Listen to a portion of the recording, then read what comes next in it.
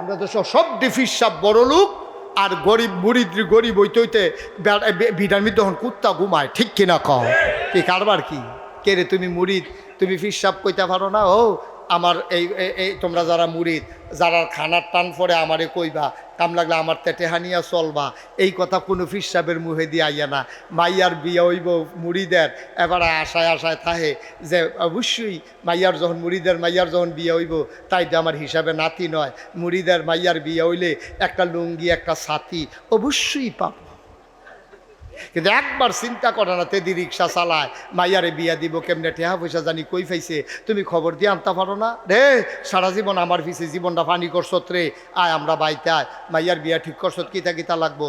কই হুজুর বেশি কিছু না, কইছে কানের জিনিসটা দিতাম, এইটার টেনশনে তো হুজুর ঘুমায় না, কয় বাইত গিয়া ঘুমা, কানের জিনিসটা আমি দিয়া দেব। ফির সাহেবের মুখে দিয়ে এই কথাটা কইলে এটা কি খারাপ হইল না ভালো হইল?